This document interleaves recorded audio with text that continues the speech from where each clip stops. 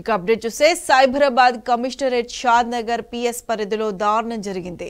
దొంగతనం ఒప్పుకోవాలంటూ దళిత మహిళపై షాద్ నగర్ పోలీసులు 3rd degree ప్రయోగించారు. కొడుకు ముందే చిత్రహింసలు పెట్టారు.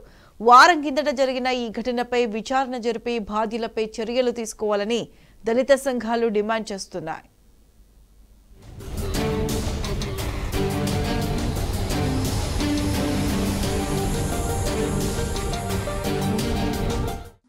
సైబరాబాద్ కమిషనరేట్ పరిధిలోని షాద్నగర్ లో ఓ దళిత మహిళపై పోలీసులు దౌర్జన్యం చేశారు. దళిత మహిళ ఆమె మైనర్ కొడుకును పోలీస్ స్టేషన్ లో నిర్బంధించి పోలీసులు చిత్రహింసలకు గురి చేశారు. మహిళ అని కూడా చూడకుండా నేరం ఒప్పుకోవాలని ఆమె బట్టలు విప్పించి నిక్కరు తొడిగించి చితకబాదారు.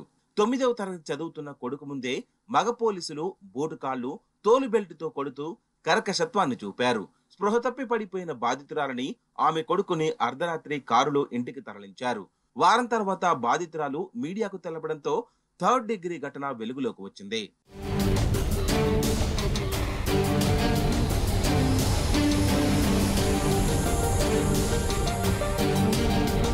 షాద్నగర్ లోని అంబేద్కర్ కాలనీలో నివాసం ఉండే నాగేందర్ ఇంట్లో 22 తులాల బంగారం, 2 లక్షల రూపాయల నగదు చోరీకి గురైంది.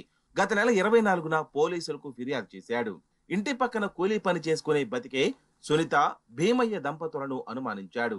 కేసు నమోదు చేసుకున్న షాద్నగర్ డిటెక్టివ్ ఇన్స్పెక్టర్ రామరెడ్డి బృందం భీమయ్య, సునీతను అదుపులోకి తీసుకొని విచారించారు. ఆ రోజు భీమయ్యను వదిలేసి 9వ తరగతి చదువుతున్న వాళ్ల కొడుకును పోలీస్ స్టేషన్ కు పిలిపించి తల్లితో పాటు లాకప్ లో కూర్చోపెట్టారు. దొంగతనం ఒప్పుకోవాలంటూ 3rd డిగ్రీ ప్రయోగించినట్లు బాధితురాలు తెలిపింది.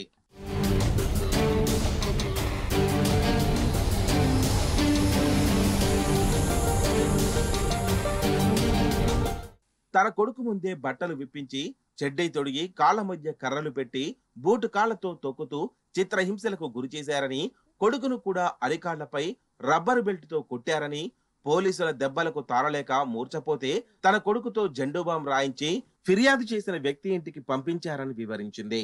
అనారోగ్యంతోనే వారం పాటు తాము ఇంట్లో నుంచి బయటకు రాలేదని, ఈ విషయాన్ని ఎవరికీ చెప్పొద్దంటూ పోలీసులు బెదిరించారని బాధితురాలు వాపోయింది.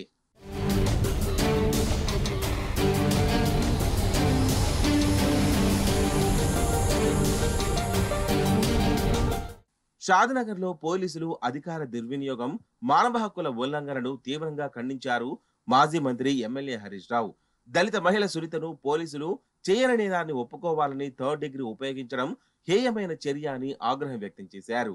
రిమాండ్ చేయకుండా, మహిళా కానిస్టేబుల్ లేకుండా కన్న కొడుకు ముందే సునీతను చిత్రహింసలకు గురి చేయడం పోలీస్ అధికార దుర్వినియోగానికి నిదర్శనమని అన్నారు. కాంగ్రెస్ ప్రభుత్వం మానవ హక్కులను కాపాడడంలో ఘోరంగా విఫలమైందని విమర్శించారు.